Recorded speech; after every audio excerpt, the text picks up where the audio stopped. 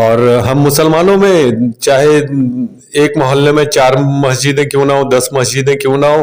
ان میں سے اذانوں کی آواز الگ الگ نکلتی ہے، ٹائم ایک ہو بھلے، مگر جو اندر پڑھائی ہوتی ہے تکبیر میں، اذان میں، وہ الگ الگ ہوتی ہے۔ اب سب سے بڑا تو دیکھ لیں یہاں پر ایک مسئلہ آتا ہے کہ ان میں جو ہے ایکا ہے، یکجہتی ہے۔ رسول خدا صلی اللہ علیہ وسلم نے جب رخصت ہوتے ہوئے کہا کہ یعنی حجۃ الوداع میں کہا کہ تفرقے میں نہیں پڑھنا، ہم لوگ تفرقے میں پڑھے، ٹھیک ہے۔ انہوں نے رسول خدا نے کہا گروہ کی شکل میں رہنا، ہم بٹ گئے۔ یہودیوں کو جب حضرت موسیٰ علیہ السلام نے کہا کہ تفرقے میں نہیں پڑھنا، انہوں نے بات مانی۔ ان کی آج بھی دنیا میں ایک اذان ہے، ٹھیک ہے نا۔ انہوں نے کہا، حضرت موسیٰ علیہ السلام نے یہودیوں سے کہا اپنے کہ تم لوگ یعنی گروہ میں رہنا، تو انہوں نے بات مانی، آج بھی وہ گروہ میں ہے۔ تو حیران کرنے والی چیزیں دیکھیں کہ جو ہمارے نبی نے کہا نا، ہم نے ان میں سے مانے ہی نہیں، کچھ مانی، کچھ باتیں نہیں مانی، ٹھیک ہے۔ میں یوں کہوں گا کیونکہ یوں بہتر رہے گا، ساری چیزیں تو ہم نے نہیں مانی، اللہ کا شکر ہے، بہت چیزیں ہیں جو ہم نے مانی ہے، جو ضرورت کی چیزیں تھی وہ ہم نے نہیں مانی۔ نبی پاک نے کہا تفرقے میں نہیں پڑھنا، ہم پڑھ گئے، ہماری آج الگ الگ قسم کی اذانیں، الگ الگ قسم کی نمازیں، ٹھیک ہے جی۔ اور اس کے بعد پھر حضرت موسیٰ علیہ السلام نے جو ہے اپنی قوم سے کہا کہ اللہ ایک ہے، لا شریک ہے۔ سارے یہودی مانتے ہیں اور یقین کرتے ہیں کہ اللہ ایک ہے اور لا شریک ہے، مسلمان بھی مانتے ہیں اللہ ایک ہے اور لا شریک ہے، مگر فرق کہاں پر آتا ہے؟ وہاں پر آ جاتا ہے کہ یہودیوں کی جو کتاب ہے توریت اور زبور وہ پڑھتے ہیں، ان کے اندر حضرت رسول خدا صلی اللہ علیہ وسلم کی ذات کا جو ذکر ہے وہ موجود ہے، ان کی حقیقت موجود ہے، مگر انہوں نے نہیں مانا یہودیوں نے، اس لیے اللہ پاک نے ان کے اوپر لعنت دی۔ کیونکہ جس طرح ہمارے قرآن مجید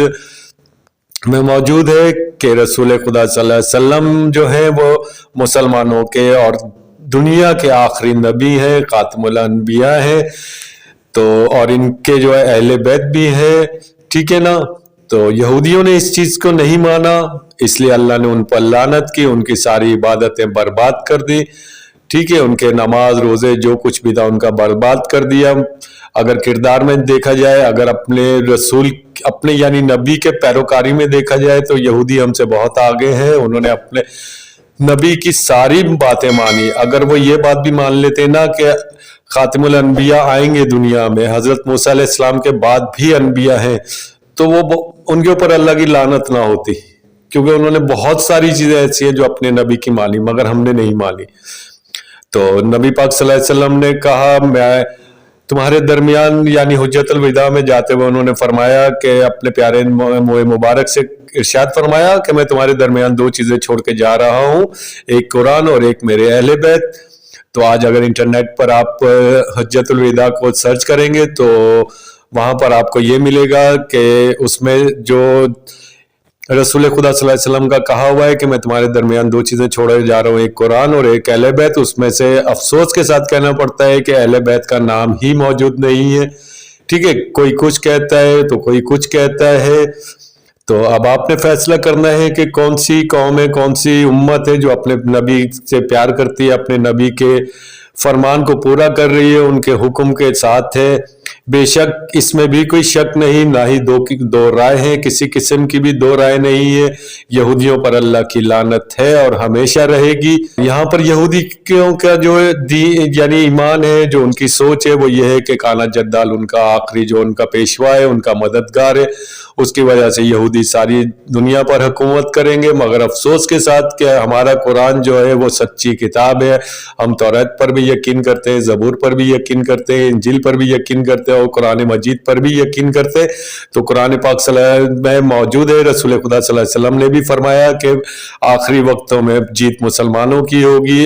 عدل کا بول بالا ہوگا، انصاف کی دنیا ہوگی۔ تو ہمیں تمام مسلمانوں کو اس چیز پر یقین ہونا چاہیے۔ تو بھائی میرے ابھی وقت ہے، جب تک ہماری سانسیں موجود ہیں، جب تک ہمارے دل میں دھڑکن موجود ہے اور جب تک ہماری آنکھیں کھلی ہوئی ہیں ان میں نور اللہ کا باقی ہے، اور جب تک ہمارا دماغ سوچنے سمجھنے کے قابل ہے، خدا کے